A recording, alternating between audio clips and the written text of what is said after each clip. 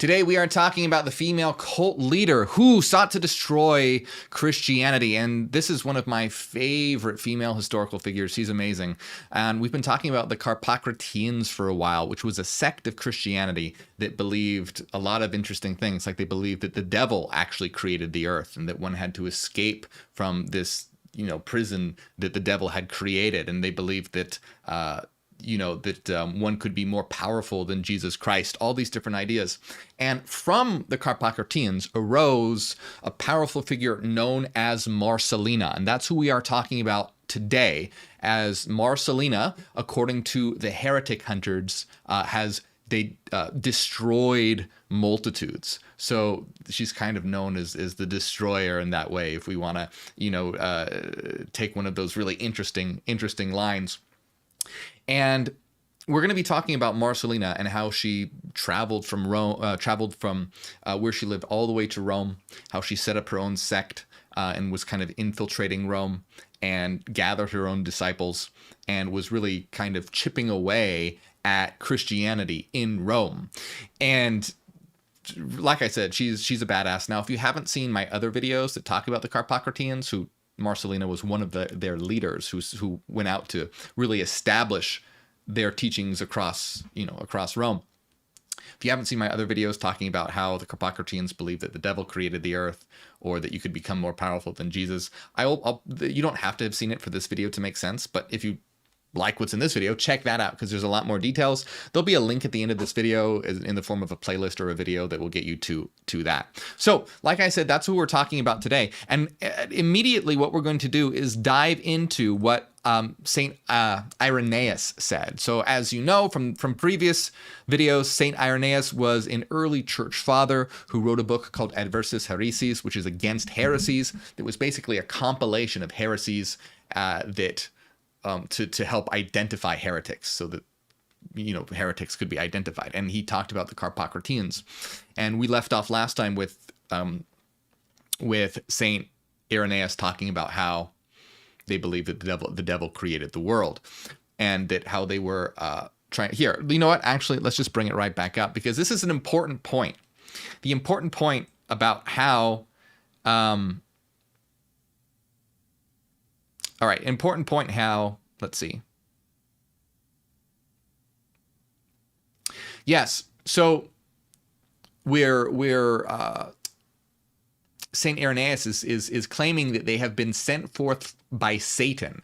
As he says here, they've been sent forth by Satan to dishonor upon the church, so that in one way or another, men hearing the things that they will speak will imagine that we're all this way and may turn their ears from preaching of the truth. I'm not going to read it all because we read that last time, but it's basically talking about how who we'll see are the Marcellians have been sent by Satan and that they pretend they're Christians to destroy the faith in Rome.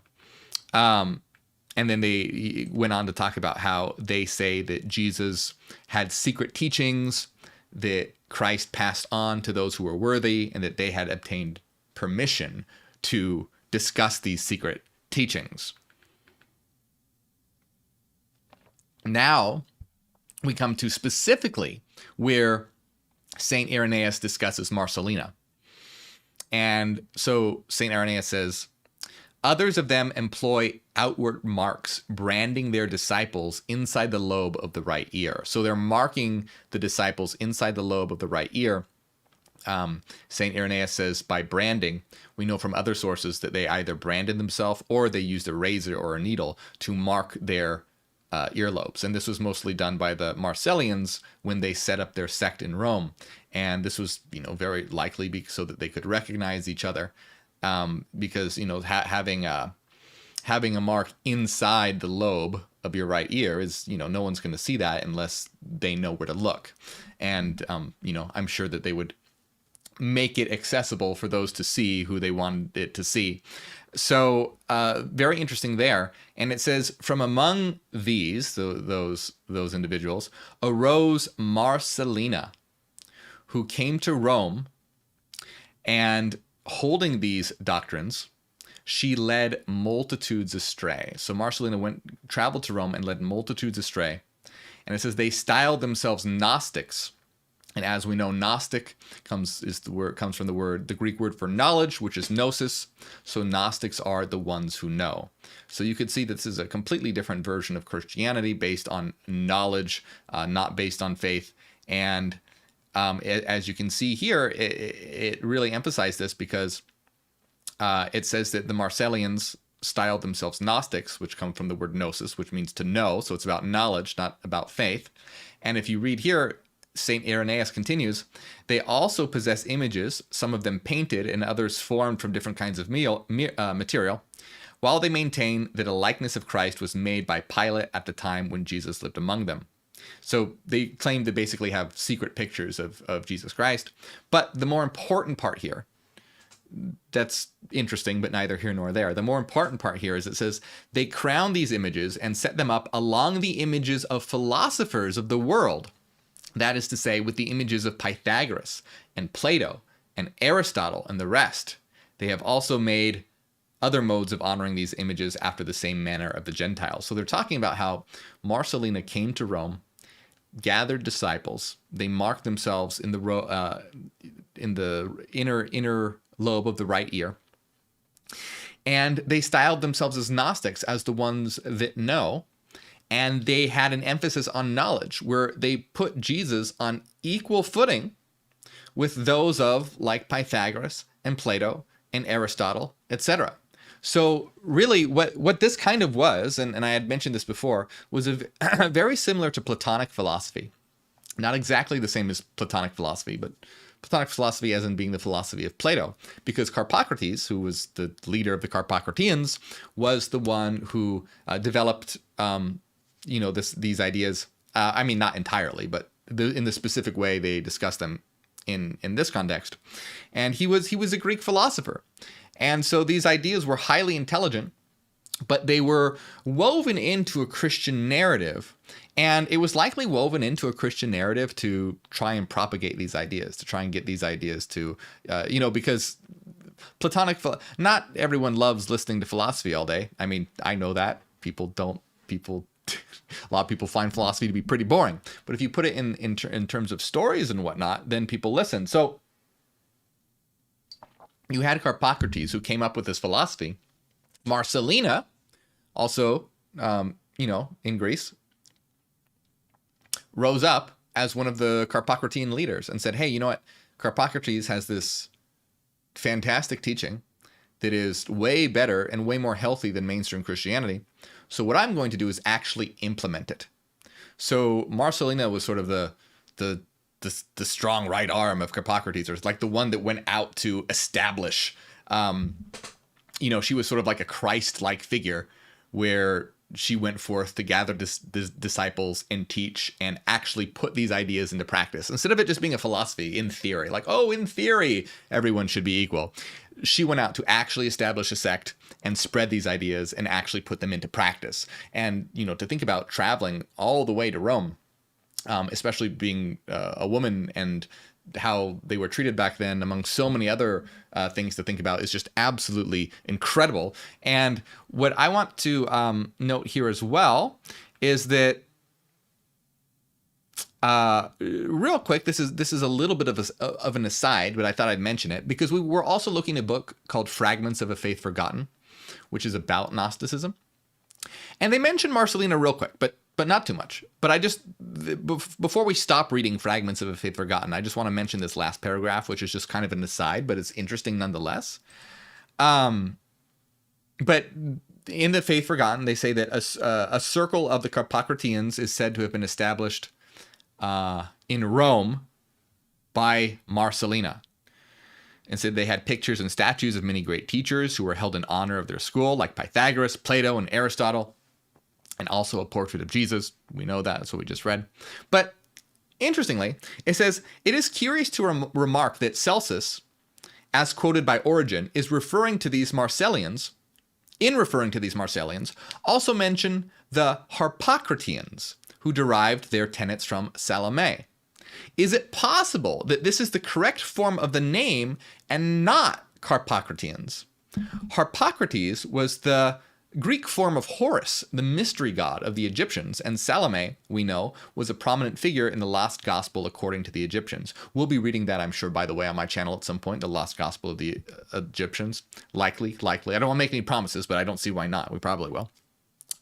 But no, I just think that's an interesting idea, in that there's sort of the open question of, well, were they actually supposed to be called the Harpocratians, not the Carpocratians? Did Saint Irenaeus make a mistake and call them the Carpocratians when they were supposed to be the Harpocratians? Because Harpocrates was the Greek form of Horus, the mystery god. So it would make sense, because they were this, mystery cult. And we know that Saint Irenaeus got a lot of things wrong in trying to understand what the Carpocratians were talking about, like their idea of reincarnation. He thought that meant they should go out and sin and murder people and do all these horrible things, which is like, no, dude, like that has nothing. You just don't understand philosophy. So we know that Irenaeus got a lot of stuff wrong. So there's that kind of the open question of, was the name misunderstood? Was it really Carpocrates, or was it supposed to be Harpocrates? Anyway, that's just an aside that was mentioned in relation to the Marcellians by Celsus. So, kind of interesting. I just wanted to throw that out there. But if we looked at, I want to take another look at something called, it's a book or a paper on Marcelina by H. Gregory Snyder. And I just want to read a little bit from this to really emphasize what Marcelina was about, what she was doing. So it says, in his discussion of the Alexandrian philosopher Carpocrates, Irenaeus briefly mentions a female student of Carpocrates named Marcelina. This intrepid lady left her teacher in Egypt and immigrated to Rome. I'm sorry, she went from Egypt to Rome. So yeah, Egypt to Rome. I think I said something else. But anyway, she went from Egypt to Rome in the mid-2nd century, where she founded a group dedicated to the Platonist-inspired teachings of her mentor. So the circle of devotees he attracted supposedly used images of Jesus, Pythagoras, Plato, and Aristotle as part of their religious practices, a fact that should earn her a place in the first chapter of any study on Christian iconography. A woman who leaves her home, travels from one end of the Mediterranean Sea to the other, founded her own group in the largest and most intimidating city in the known world, a group that, in the words of Irenaeus, destroyed multitudes, will naturally excite both admiration and curiosity. So, I absolutely agree. Just a very interesting and astounding figure in general. So, to take a closer look at the Marcellians and what the Marcellians were trying to do, and what Marcelina was trying to do, and what they believed and all that, we are going to take a look at Wikipedia. Now, the thing is, it's normally not great to go to Wikipedia. Wikipedia has a lot of good information, but is kind of known for not always being super accurate. But the reason why that I'm going to use it today is because the information that we have from Marcelina is just scattered in a bunch of different places. There's a bunch of different places that it's scattered around, and it's a pain in the ass to just have them all and bring them up and piece bits and pieces together here and there and there and there. So the Wikipedia page puts them together nice and neatly together. So, I wouldn't recommend doing this all the time, but it's good for a case like this where you just have information scattered all over the place. So, it says that Marcelina was an early Christian Carpocratian religious leader in the mid-2nd century AD, known primarily from the writings of Irenaeus and Origen. She originated in Alexandria, but moved to Rome during the time of Anaxitus. She attracted a large number of followers and founded the Carpocratian sect of Marcellians. Like other Carpocratians, Marcelina and her followers believed in antinomianism, also known as libertinism. Now, the idea that obedience to laws and regulations is unnecessary in order to attain salvation. So this is what's really important. So we see that Marcelina was traveling to Rome, and the important thing to understand, like the difference between Marcelina and Carpocrates, was that Carpocrates just had a philosophy. Marcelina was trying to make it happen. She was the one infiltrating Rome, chipping away at the Christian ideals there and establishing the teachings through her disciples and through the Marcellians. So that's why it says that they believed in libertinism, the idea that obedience to laws and regulations is unnecessary in order to attain salvation. Remember, they styled themselves as Gnostics, Gnosis, the ones who know. They were talking about how, obedience to all these different crazy religious laws and all these crazy religious regulations, that is not necessary to attain salvation.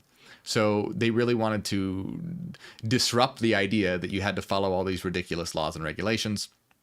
And we also know that the Gnostics were really against the idea of martyrdom. The church was really praising martyrdom, people who died for Jesus, by saying, oh, well, they'll attain salvation in heaven and whatnot. And the Gnostics did not like this. They were like, hey, no, that you should not be promoting dying for Jesus. Like, that's dumb. So anyway, they were really against laws and regulations and crazy ideas. And this is, why they were trying to put together this much healthier version within Rome. And it also says they believed that Jesus was only a man, but saw him as a model to be emulated, albeit one which a believer was capable of surpassing. So again, they believed that Jesus Christ was just a man, not a divine being, but a person to be emulated, like a teacher, but that you were able to surpass Jesus. If you put in the work, if you put in the effort, you were able to become better than Jesus. And of course, this would be extremely heretical and blasphemous to the church today, in the early developing church. But like I have said before, any good teacher wants their student to become better than them. Like, that's a great thing. That's a thing to celebrate. So the Carpocratians and the Marcellians looked at Christ as a teacher-student relation in which the student could be superior to the teacher if put in enough work. Whereas in modern day Christianity in the early developing church, there's more of a master-slave dichotomy or relationship where Jesus Christ is a master and the slave can never surpass the master. So it says that Marcelina's community appears to have sought to literally implement the foundational Carpocratian teachings of social egalitarianism. So social egalitarianism. So again, they're just emphasizing that what the Marcellians were trying to do was to literally implement the Carpocratian teachings. Carpocrates was the philosopher. Marcelina rose up as a leader, traveled to Rome, gathered disciples, and wanted to actually establish a society like this. And teaching of social egalitarianism, which is, of course, as we can see, it's a school of thought that builds the concept of social equality, prioritizing it for all people. The egalitarian doctrines are characterized by the idea that all humans are equal in fundamental worth or moral status. So we have, this idea of equality that was not there in the developing Christian church. And in modern Christianity and in early Christianity that would become orthodoxy, there is a very sexist view in which women are lesser than men and that women have to be silent in church, that they're not allowed to teach, and that they have to submit and obey to their husbands in everything. And this is, terrible. And the reason why they believe this is because they say, oh, well, Eve ate from the tree of knowledge of good and evil. So since Eve ate from the apple, ate from the tree, not the apple, ate from the tree first, took from the fruit, it wasn't an apple. They never say what kind of fruit it was. But eat from the fruit. Since she committed the original sin, this is why women essentially are lesser than men, and that they can be saved through childbirth, through having children, that they can be saved because of that. So in the Gnostics, of course, of which the Carpocratians and Marcellians were, had the complete opposite view.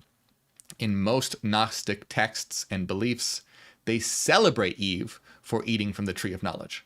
And this is because they looked at the world. Remember, they looked at the world as being created by the devil.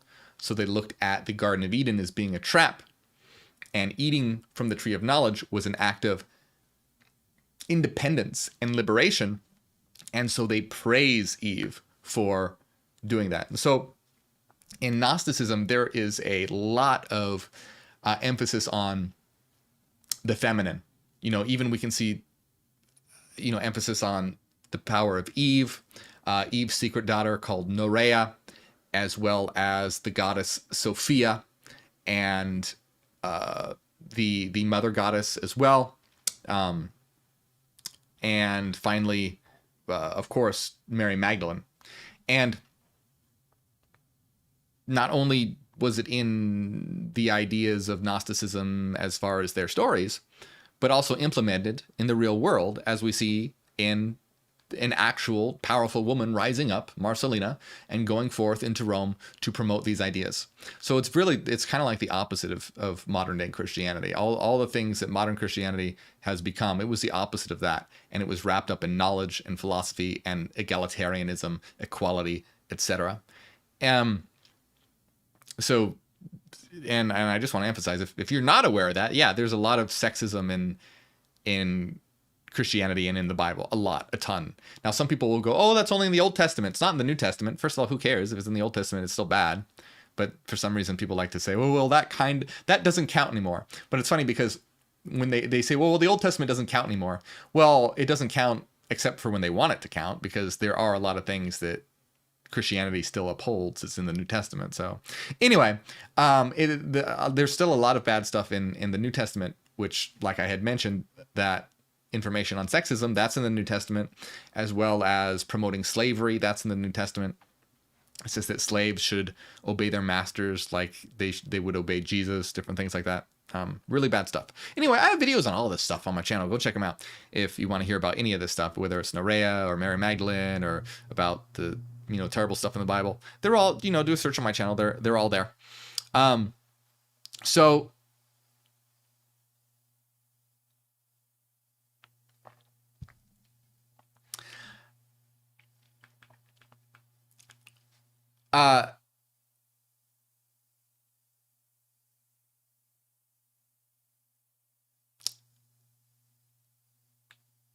I want to, okay, so there's an element here. All right, yeah, so this is what I wanted to discuss here. So in the 2nd century, the Valentinians, a Gnostic sect, regarded women as equal to men. Okay, so we're talking a little bit, because we're a little bit here on the issue of sexism, and which is really important to the Marcellians in general, because they were trying to promote social egalitarianism, and they were led by a powerful woman. So in the 2nd century, the Valentinians, which were a Gnostic sect, regarded women as equal to men. So the Valentinians were an interesting Gnostic sect. So most of Gnosticism, like Sethianism, believed that the creator of the world was evil. Like the Marcellians and the Carpocratians, they believed that the creator of the world was the devil. However, the Valentinians did not. The Valentinians believed that the creator of the world was a lesser god. Not evil necessarily, but not the true God. So they believed that the creator of the world, who Christians regard as God, wasn't the true God, but wasn't necessarily evil, but was a lesser god. Now, what's kind of unfortunate is what the Valentinians did was that, well, okay, so we don't know this for sure, but what likely happened was that they saw that Gnosticism wasn't really catching on. They saw that Gnosticism was having a hard time being spread because the idea of God being the devil was just a little bit too much. And then also that the emphasis on women was probably putting a lot of people off. And that sucks. But what the Valentinians did was that instead of God being the devil, they made God not the devil, but a lesser god. And they really removed a lot of the emphasis on the powerful feminine figures. And they likely did this to probably try and appeal to a wider audience. They probably, because the Gnostics were smart. They were philosophers. So they probably said, hey, look, this isn't catching on. Here are the reasons why it's not catching on. Let's change it so that it will. Because Gnostics were they were trying to replace Christianity. And that's why I'm saying how we have this, the cult leader who tried to destroy Christianity, Marcelina, set up this Gnostic sect and wanted to implement her version, their version, the Carpocratian version, the Gnostic version of Christianity.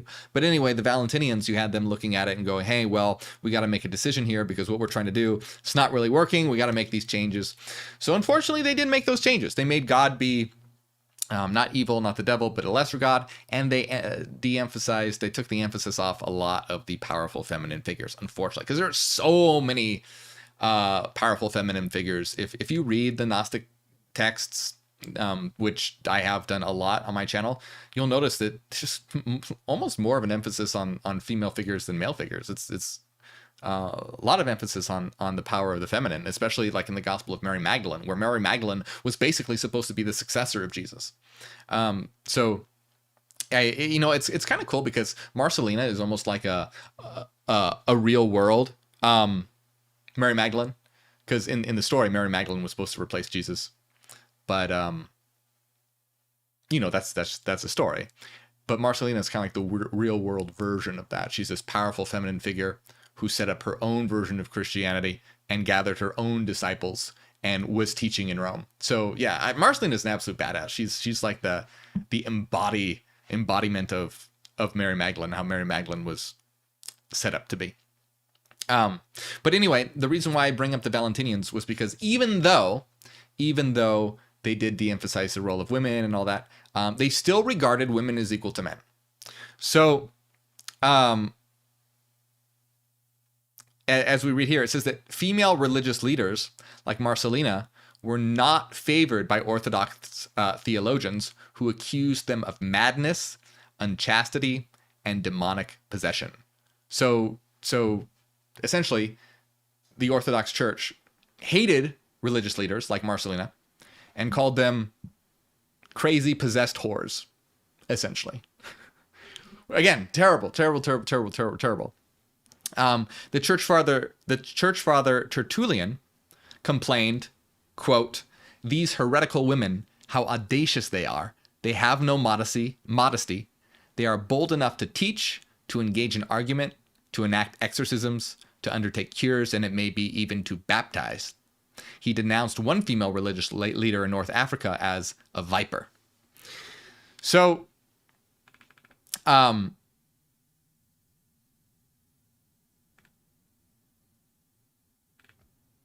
there's a lot of information.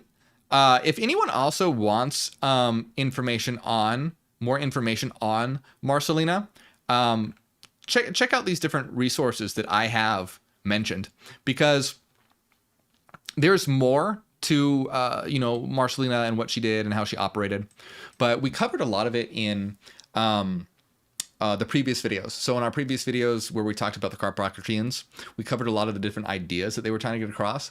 I think the important thing to understand with Marcelina, the important idea with her, is that it wasn't as though she was terribly different from Carpocrates. She was a leader of the Carpocratians, but her role was to go out in the real world to infiltrate Rome and chip away at Christianity and set up this version of Christianity. And she was somewhat successful. I mean, all the different people that wrote about her say that she destroyed multitudes or destroyed the faith of many. So apparently she was successful in a lot of ways, but ultimately not.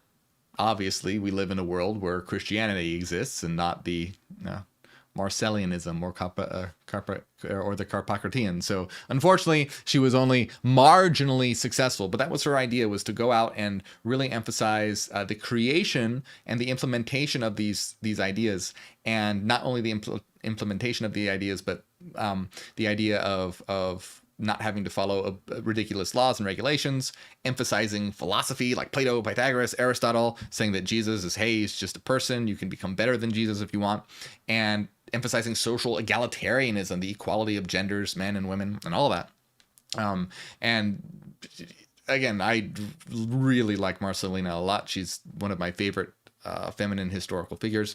And you can see she's a great example in that when you want to change the world, you actually have to take steps to change the world.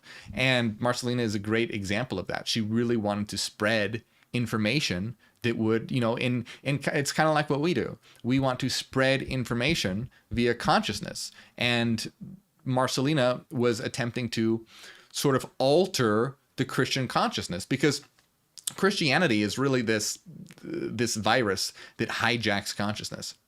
And so the idea of putting forth a new version of Christianity that was better, you can see how it's kind of like proposing a cure, because it's not saying outright like, hey, give up Christianity and listen to philosophy. It's like, hey, here is our philosophy that is within this Christian wrapping. You should step away from your version of Christianity and see that this version of Christianity is much more healthy. So Marcelina really understood this idea about the importance of getting across these ideas in the way that people will understand, and transforming consciousness. Now, I don't agree with all their methods, but they were in a certain time and they were trying to do a certain thing. Like you see how and the Valentinians are a good example. How Valentinus was like, all right, well, this aspects of it aren't working, so we're going to change this, and here and there. Now, I don't really agree with those methods. But that's how it was done at the time, and you can see why they did those things and that they had good intentions going forward. But disregarding those particular methods, the idea of having a much healthier way of thinking is what we need to do to transform the world. So I think Marcelina is a great example and a great powerful feminine figure that's often looked over. Like, no one knows about Marcelina. No one talks about Marcelina. She's someone that you very rarely hear of. Even when talking about powerful female figures, you rarely hear about Marcelina. And I think she deserves more credit. So yeah, that's why I'm talking about her, so that she gets more credit and more acknowledgement for the fantastic things that she was trying to accomplish, and probably a lot of the things that she did accomplish. So that wraps up our study on the Carpocratians and the Marcellians. Now, like I said, I mentioned a lot of things in this video that weren't covered in this video. There's going to be a playlist or a video that pops up over here. Check that out. It's going to talk about all the things I was talking about, like how they believe that the devil created the world, etc. Also, if you enjoy my videos, feel like you ever got something from my videos, consider supporting on Patreon. You get access to our weekly secret live streams, our hidden Discord server, the Citadel, and a lot more. Another great way that you can support is hitting the join button right below this video on YouTube. And I want to give a big shout out to everyone who does support on Patreon, especially Philanthropist, Zach, Renaissance Fairy, Cassidy, Michael, Angela, Maria, Top of the World, Ethan, DB, Joel, and everyone else. Thank you very much.